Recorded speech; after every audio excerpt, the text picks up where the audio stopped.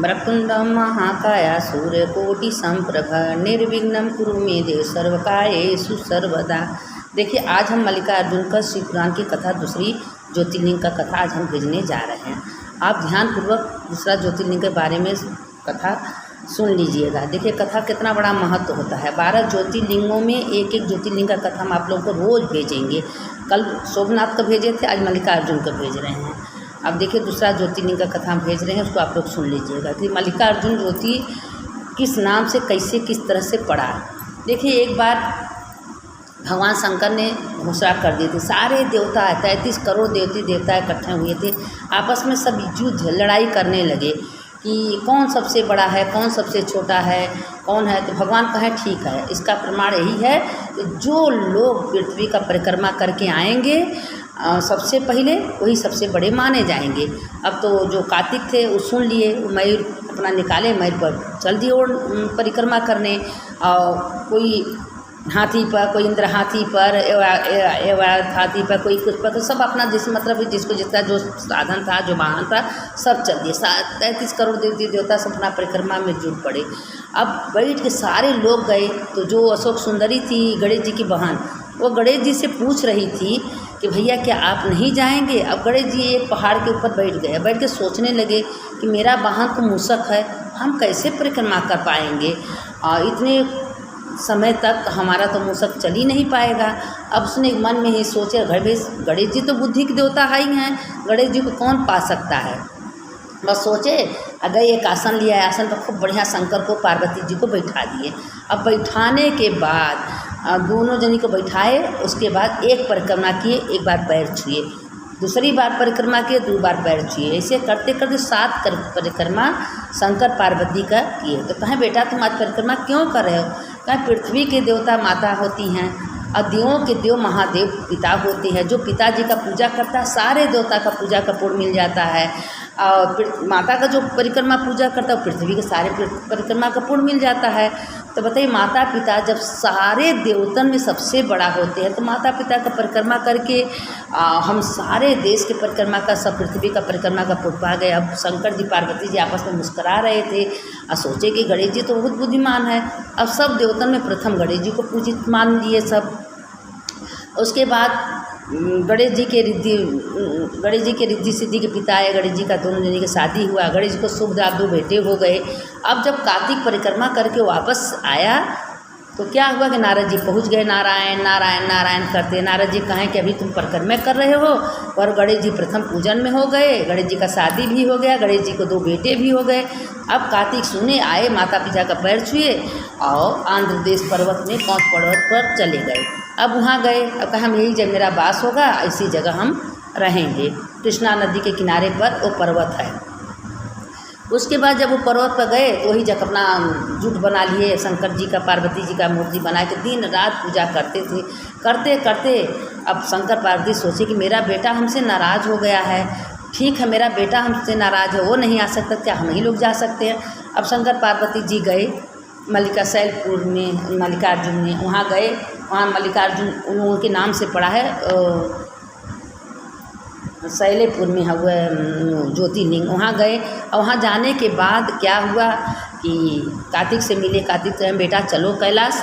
कार्तिक कहें पिताजी अब वहाँ हम कभी नहीं जाए। कहें ठीक है, तुम नहीं जाओगे तो हम ही लोग यहाँ आके वास कर लेंगे।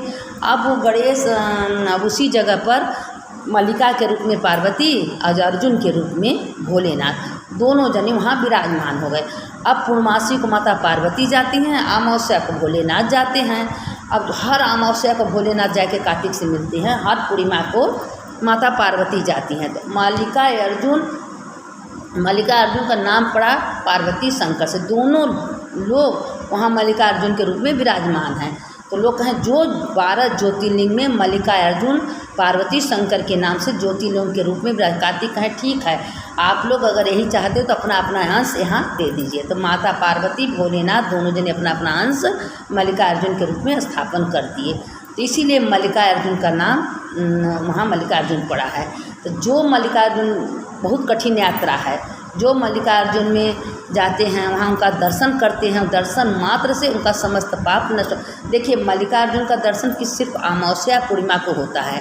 अगर अमावस्या को दर्शन करेंगी तो मल्लिकार्जुन का पूरा पुण्य मिलेगा, या पूर्णिमा को दर्शन करेंगी तो ज्योतिर्लिंग का पुण्य आपको पूरा का पूरा प्राप्त होगा। तो इसीलिए उनका नाम पड़ा मल्लिकार्जुन। तो जो 12 ज्योतिर्लिंग में ये दूसरा ज्योतिर्लिंग है। तो जो ये ज्योतिर्लिंग का कथा सुनता है उसके समस्त पाप नष्ट होते हैं। कहते हैं ना कि 12 ज्योतिर्लिंग की कथा सुनने मात्र से 7 जन्म के पाप नष्ट होते हैं। कल इसीलिए हम 12 ज्योतिर्लिंग का नाम बोल के भेज दिए थे। तो कल तो सोमनाथ, आज मल्लिकार्जुन, अब कल तीसरा महाकालेश्वर का कथा आप लोगों को हम सुनाएंगे। तो आया मल्लिकार्जुन का यह कथा है। अब इसी पर एक शिव पुराण का देखिए, शिव पुराण का ही कथा है। शिव पुराण में यही शिव पुराण के ही कथा में ही लिखा है। देखिए शिव पुराण में अभी हम अध्याय एक और कथा भेज रहे हैं आप लोगों को। बोलो मल्लिकार्जुन भगवान की जय। शंकर शंकर हर हर शंकर, शंकर शंकर जय जय शंकर। अब सुनिए कथा हो। एक सेठ थे, उनकी एक बेटी, बहुत दिन के बाद उनकी एक बेटी, उनकी माता पिता थे। वो बेटी बहुत छोटी थी। देखिए शिव पुराण के भी है। बेटी हम कहानी के रूप में आप लोग को भेजते हैं ताकि सारे कथा आप लोग को समझ में आ जाए। तो उसकी बेटी बहुत छोटी थी। छोटेपन से उसका भोलेनाथ पे बहुत ध्यान था। भोलेनाथ का पूजा करना, मंदिर जाना, जल चढ़ाना, और जहाँ भी शिवलिंग देखती थी वहाँ पूजा करने बैठ जाती थी। करते करते करते करते उस बेटी का नाम लोग प्यार से मुन्नी बुलाते थे। वो बेटी जब उसकी बड़ी हुई, जब उसकी शादी ब्याह हुआ अच्छे घर में, अच्छे ख़ानदान में, अब वहाँ शादी ब्याह हुआ तो उसकी माँ उसको सीख दी कि बेटा, बेटी का मैके से तो डोली जाता है लेकिन ससुराल से अर्थी उठती है। अपना जीवन ससुराल में बिताना, कभी मैके आने का नाम मत लेना। तो बेटी के मन में वो चीज़ बैठ गया था। ब्याह हुआ, शादी हुआ, ससुराल वहाँ से काम करती थी, हमेशा शिव शिव भोलेनाथ ओम नमः शिवाय ओम नमः जप करती थी। अब उसकी सास कभी पूजा पाठ तो करती नहीं थी, हमेशा कहती थी पता न क्या ही बड़बड़ बड़बड़ करती है, हमारे घर में तो कोई डाइन आ गई है, बहू नहीं आई है। और उसके पति से कही अपने बेटे से कि देखिए तुम्हारी पत्नी जो है डायन है, वह हमेशा बड़बड़ बड़बड़ करती है, पता न क्या बोलती रहती है। तो उसके पति का ऐसा तो कुछ नहीं है, कहे नहीं ऐसा है। एक दिन वापस नहीं गए, वो अपना देख रहे थे कि देखिए सचमुच देखत कहाँ माँ, ये तो सचमुच बड़बड़ बड़ करती है, इसका क्या किया जाए। कहें क्या कहा जाए, चोटी पकड़ के इसको घर से हम लोग बाहर निकाल दें। कही माँ हम कहाँ जाएंगे, मेरी माँ कही है कि ससुराल से अर्थी निकलता है। अब रोती रोती मायके में, लेकिन कभी नहीं गई, क्योंकि शिव का इतना पुजारन थी। जहाँ भी शिव पुराण होता था, जहाँ शिव कथा होती वहाँ वो मिल जाती थी, पहुँच जाती थी। अब हमेशा भोलेनाथ के स्मरण करती कि हे मेरे गुरु, हे मेरे शिव, हे मेरे भोलेनाथ, हम कौन ऐसा पाप किए, मेरे पति मेरे सास मेरे घर से निकाल दिए, लेकिन मैके नहीं गई, शिव गुरु के चरण में गई। एक बगल में कहीं गांव में उसके मंदिर था, मंदिर में गई, अब कह के रोने लगी। अब शिव भगवान ब्राह्मण के रूप बन के आए। कहें बेटा क्या हुआ। कहें जो मेरा पूजन करता है, मेरा भक्त है, मेरा मंदिर जाता है, मेरा नाम लेता है, अगर उसका कोई अपमान करता है तो उसको हम कभी छोड़ते नहीं हैं। आज तुम्हारा लोग अपमान किए हैं, जो तुमको घर से निकाले वही तुम्हारे चरण पर गिर के तुमसे प्रार्थना मांगेंगे, क्षमा मांगेंगे। अब वो अपना क्या कि शिव गुरु के चरण में रहने लगी। वो महात्मा के साथ अपना, जहाँ शिव जी, जहाँ शिव पुराण होता है वहाँ शिव जी स्वयं वहाँ पहुँच जाते हैं। शिव जी कहें बेटा चलोगी मेरे संगे, जहाँ शिव कथा, शिव चर्चा, जी शिव पुराण होता है। कहें हाँ बाबा क्यों नहीं जाएंगे। उनके संगे गई, शिव पुराण कथा सुनने लगी, करने लगी। अब कुछ दिन बीतते उसके ससुराल वाले एकदम दरिद्र, खाने के परेशान, कुछ उसके घर में नहीं रहे। कहें माँ जब से मुन्नी गई है तब से हम लोग घर में एकदम कंगाल हो गए हैं। कुछ दिन ऐसा नहीं होगा कि जो कटोरा लेके भीख नहीं मांगना पड़ेगा। कहें हम बहुत गलती की, अपने घर के लक्ष्मी को घर से बाहर निकाल दिए, बड़ी सोची। कहें कहाँ लड़कियाँ जाती हैं, नाराज़ होती हैं, मैके जाती हैं, जाओ बहू को लेके आओ। जब मैके गई तो बेटी वहाँ तो थी नहीं। सास ससुर से क्षमा प्रार्थना मांगने लगा कि माँ हमसे बहुत बड़ा गलती हो गया, हम आपकी बेटी का कदर न कर सके। और उसकी माँ कहें कि मेरी बेटी कहीं नहीं गई है, कहीं शिव पुराण, शिव मंदिर कहीं न कहीं गई होगी, क्योंकि शिव की बहुत भक्त है। वो 5 साल से शिव का पूजा करती है, शिव का जप करती है, शिव का भजन करती है। अब यह सुनने के बाद उसके लड़की के माता पिता और सास ससुर, उसके पति सब ढूंढने उसको निकल गए। लेकिन शिव जी जब ढूंढने दें तब तो मिलेगी। कहीं शिव कथा होती थी, शिव से हर जगह, हर मठ, हर मंदिर सब जुड़े। अब शिव जी सोचें कि अब इस लोगों का पश्चाताप हो गया है, फिर अपना रूप बदल दिए। उन लोगों को दिखाई दे दिया कि मुन्नी तो यहाँ बैठी है। अब मुन्नी के चरण में उसके सास ससुर पति गिर कहें बेटा तुम घर चलो, हम बहुत बड़ा पाप किए हैं, तुमको घर से निकालता है ना माँ, अब हम घर नहीं जाएंगे। अब भगवान से कह रही है भोलेनाथ हम आपके चरण में अपना जीवन बिता देंगे। भोलेनाथ कहे नहीं बेटा, तुम्हारे जीवन में अब कोई दुख नहीं आएगा, तुम अपने घर जाओ। उसके सास से, ससुर से, उसके पति से कहें कि आपकी भेजेंगे तभी अपने बेटी को, जब कहीं सत्संग होगा, कथा होगा, पुराण होगा, मठ में, मंदिर में, दर्शन, आप कभी इसको रोकेंगे नहीं। तो कहें नहीं माँ, हम भी नहीं रोकेंगे, हम इसके साथ भी मंदिर जाएंगे, पूजा करेंगे, इसकी कथा कहेंगे, सुनेंगे, आपका भी नाम लेंगे, हम कभी भी इसको कहीं जाने से रोकेंगे नहीं। यह कह के घर गए। घर देखे तो एकदम खाली, कुछ नहीं था, महल से झोपड़ी हो गया था, क्योंकि घर से निकलते सब कुछ खत्म हो गया था। उसके बाद शिव जी से प्रार्थना की, है शिव भगवान, मेरे घर में जैसे पहले धन दौलत समृद्धि था उसे कर दीजिए। अब भोलेनाथ तो भाई दंड देते थे, दंड दिए हैं कि हमारी बेटी को घर से निकाले तो क्या तुम लोग शांति से रहोगे। अब उसके घर में जाते ही झोपड़ी महल बन गई, धन दौलत रुपया पैसा सब उसके घर में हो गया। अब वो खुशहाल जीवन उसका बीतने लगा।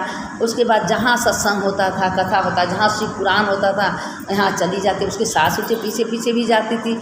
उसकी सास कही कि बेटा हम भी चलेंगे, हम तुम्हारा कथा सुनेंगे, हम कहानी सुनेंगे, हम भी शिव जी का दर्शन करेंगे, शिव के मंदिर में जाएंगे, शिव को एक लोटा जल चढ़ाएंगे, क्योंकि अब मेरा भी आँख खुल गया है कि जो भगवान का भक्त रहता है उसका कोई कुछ नहीं बिगाड़ सकता।